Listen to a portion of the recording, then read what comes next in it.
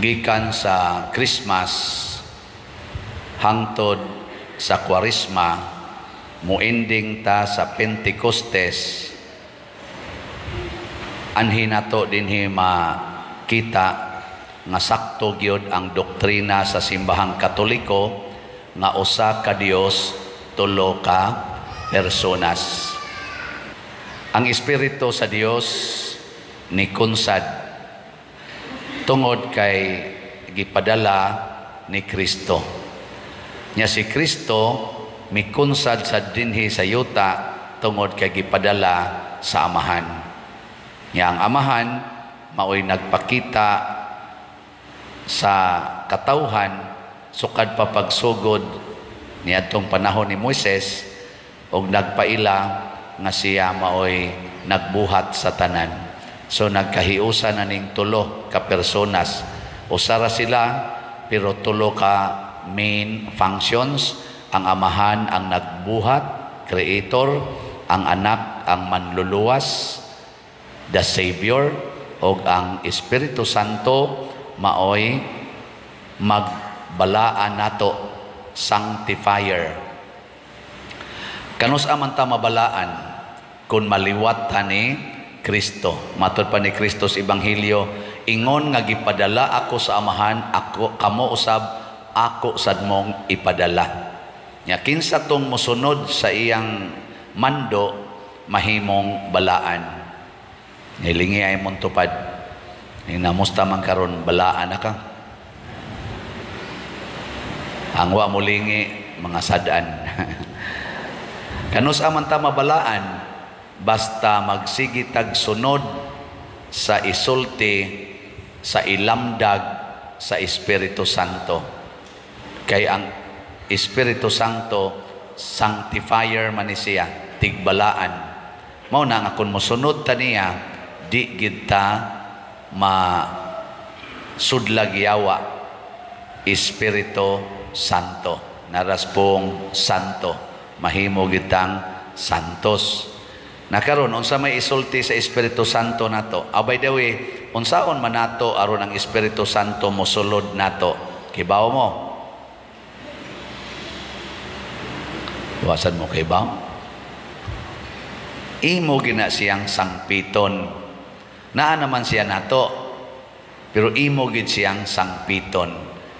Imo siyang ingnon, Holy Spirit, come. Sa tuy atong tubag sa Salmo,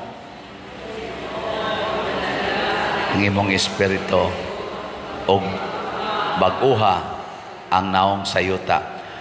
Ginoo, espiritu, ingnon nimo siya, kunsari ko og bag-uhang akong naong. Hawa, di ba? Ang imong naong, mausab day na. Ayaw pag adtos parlor aron bag-uhon imong naong. Espiritu Santo mo isang pita. Ginoo, kunsari ko, bala ang Espiritu, giyahi ko, og bag-uha ang naong nako. Hilingi ang naong sa imong tupad. Ing na, pangutan na siya, ing na, tanaw ni mo sa kong naong, bago o daan. Higi na. Kung magtanaw kag daan, unsay imong bation, malipay ka o dili? O, kanang daan na kaignaw? O, ilisa ni mo, ilisi na, kadaan na ba na? Puol kayo na tanan. Ang naong yun nga bag-o, mao gyud makalipay na to. Mo bitanang magbag-o jud kag pintal, at least imong balay, tukod kag bag-ong balay, palit kag bag-ong sapatos, bag-ong sinina. Kay sige na balik-balik, hasta cellphone gani karon dali kay mabag-o. Ngano man og mudaan na gud wa na ilami. Wa na gyud. Mao na bag-o gyud. Pero kinsa may mo bag-o na to? Ang Espiritu Santo. Unsa may una niyang bag-ohon? Ang atong kasing-kasing. Kana bang inigmata nimo ikabuntag, bag-ong gugma ang imong ihatag sa imong bana o sa imong asawa? Dili katong daang gugma, bag-o. Nindot, ano? Kinsa din yung mga banaha nga siging hatag o bag-ong gugma sa ilang asawa. Taas ang kamot. Anay usang ni isa, ang uban wa kasabot. Unsa man ang bag-ong gugma? Katubang hunahuna atong bag-o pa mong nagkauyab. Unsa may imong tinan-awan sa imong bana o sa imong asawa nga kanhi uyab nimo, kadto mo'y ibalik. Katubang tinan-awan nga murag mulapos sa gisulob. mudot sa kinailatman. Kabantay mo, ana? Kanang tinutukan ba nga, sana? Killer look ba? Makapatay bang tinanawan? Tutok ba? Tutok. Focus. Mao man ang tinanawan sa mga manag-uyab. Kasuway mong ko, ana? Karon di ko mo kumpiyansa og nay mo tutok na akong madre na ko kanay patay ko ani. Kay mabasla na tog tutok na magdaot gyud. Mao na bag-ong gugma. Hangyoa ang Espiritu Santo. Tinuod daan na kay nagnaong imong asawa, daan na kay nagnaong ang imong bana. Gani og imo nang tan-awon sa mata nga tawhanon luod na.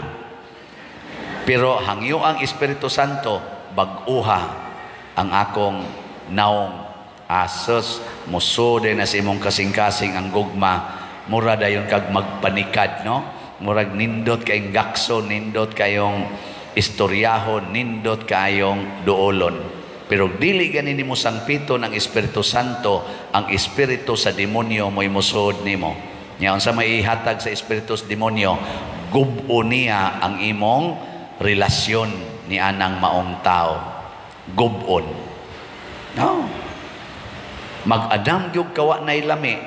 Lami kayong singhagan, lami kayong yawyawan, lami kayong balikason, kay gisudla naman kag espiritus demonyo. Ana. Kumusta marong inyong panimalay? Kinsa dinhing mga ginikanana nga sud aning niaging simana, gikan atong niaging Domingo hangtod gahapon, wa gyud masuko, wa gyud kap yaw-yaw sa ilang mga anak or sakop sa balay. Tas ang kamot.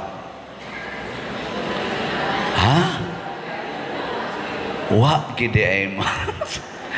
Sige, tagaan ta mo bagong assignment ha. Gikan karong Domingo ha, hangtod sa Sabado nga moabot, ay gid mo kasuko, ayaw yaw-yaw, ayaw gyud pamalikas. Nya hangyo agyud ang Espiritu Santo, pugni ang akong bakba Espiritu Santo. Kontrola ang akong kasing-kasing, hayagi ang akong hunahuna nga maghatag takog maayong mga pulong, maayong naong nining akong sakop sa panimalay. Sige ha, kay ako sa nang buhaton moingon sa ko, maghatag takog maayong naong alang nining mga sakristan, alang nining akong mga staff sa kumbinto nga maigking inikabati sa akong tingog, no? Maigking ana na siya nya og mao na atong hangyoon, ihatag dayon sa Espiritu Santo ang gahom. Mao na sa unang pagbasa, nawagtang ang kahadlok nila. Ikaduha, nagkasinabot sila, ang ilang mga pulong magkasinabot na. Nya nahimo dayon ang dako nga simbahan nga matod pang San Pablo sa ikaduhang pagbasa, ang lawas ni Kristo nga dunay daghang bahin. Usara ka lawas, usara ka espiritu ang naglihok. Imagine ko no, kung duha pa kabuk imong utok, ang imo bang una-una ba duha kabuk, ang usa ka hunahuna moingon aristo o lakaw, nya ang imong usa ka hunahuna ariswa lakaw. Unsa kay bation sa imong tiil, no? Moingon ting imong tiil, pag sure day asa man gyud.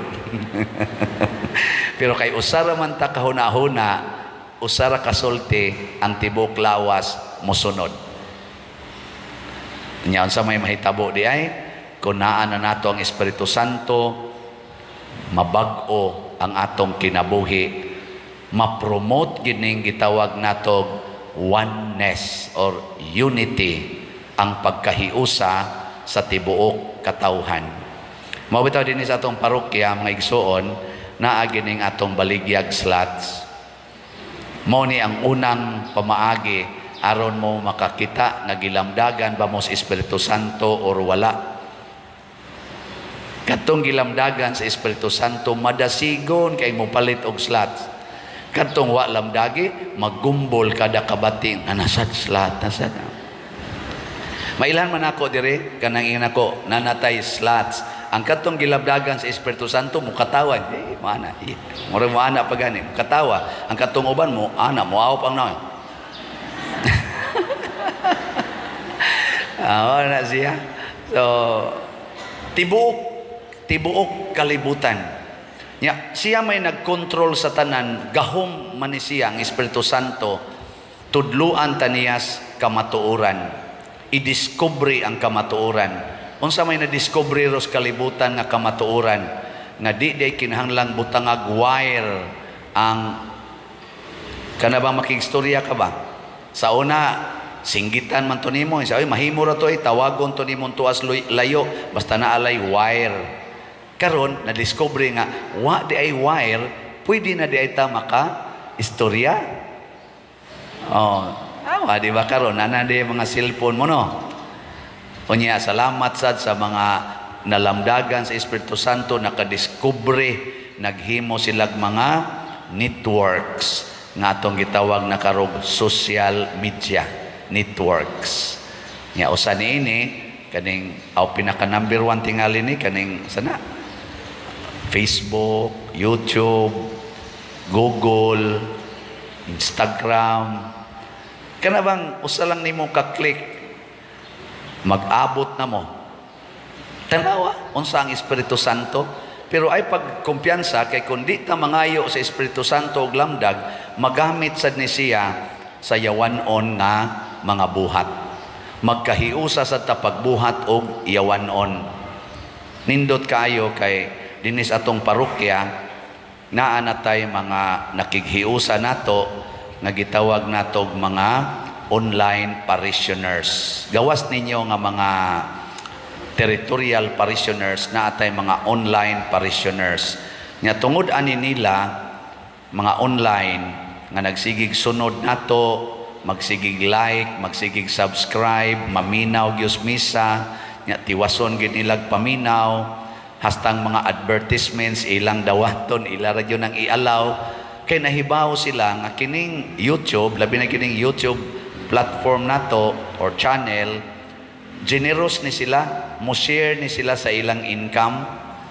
Tagaan ta nila ba? Sige, lingi ang imong tupad. Kung nagduka, kablita. Ing na sugod karon kada adlaw mo view na kita ha. Mutanaw na kita sa YouTube ni Padre Siano Ubod.